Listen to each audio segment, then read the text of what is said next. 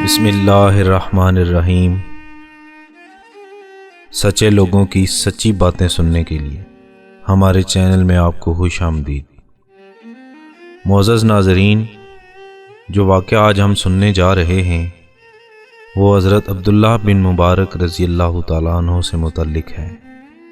آپ فرمایا کرتے تھے کہ ایک مرتبہ بغرض حج روانہ ہوا، لیکن راستے میں اتنی تاخیر ہو گئی کہ صرف 4 یوم حج میں باقی رہ گئے اور مجھے یقین ہو گیا کہ اب میں حج سے محروم ہو جاؤں گا، لہٰذا کیا شکل اختیار کرنی چاہیے۔ اسی فراق میں ایک بڑھیا نے آ کر مجھ سے کہا، میرے ہمراہ چل، میں تجھے عرفات تک پہنچائے دیتی ہوں۔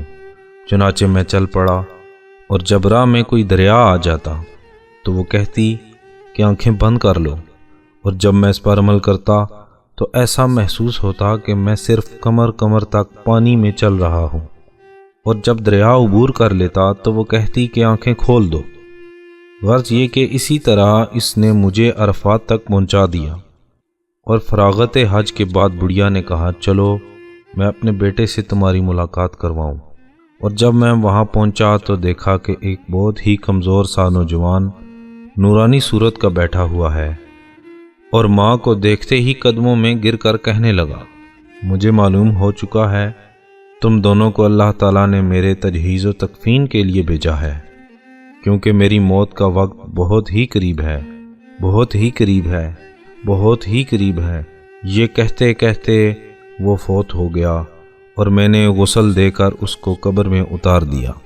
لیکن بڑھیا نے مجھ سے کہا کہ اب تم رخصت ہو جاؤ، کیونکہ میں اپنی زندگی بیٹے کی قبر پر گزارنا چاہتی ہوں، اور آئندہ سال جب تم آؤ گے تو میں تمہیں نہ مل سکوں گی، لیکن میرے لیے ہمیشہ دعائے خیر کرتے رہنا۔ معزز ناظرین، اس جیسے مزید سبق آموز واقعات اور حکایات سننے کے لیے ہمارے چینل کو سبسکرائب کیجیے، ویڈیو کو لائک کیجیے، اور اپنی آراء کا اظہار کمنٹ کی شکل میں ضرور کیجیے۔ اللہ تعالی ہم سب کا حامی و ناصر ہو۔ السلام علیکم ورحمۃ اللہ وبرکاتہ۔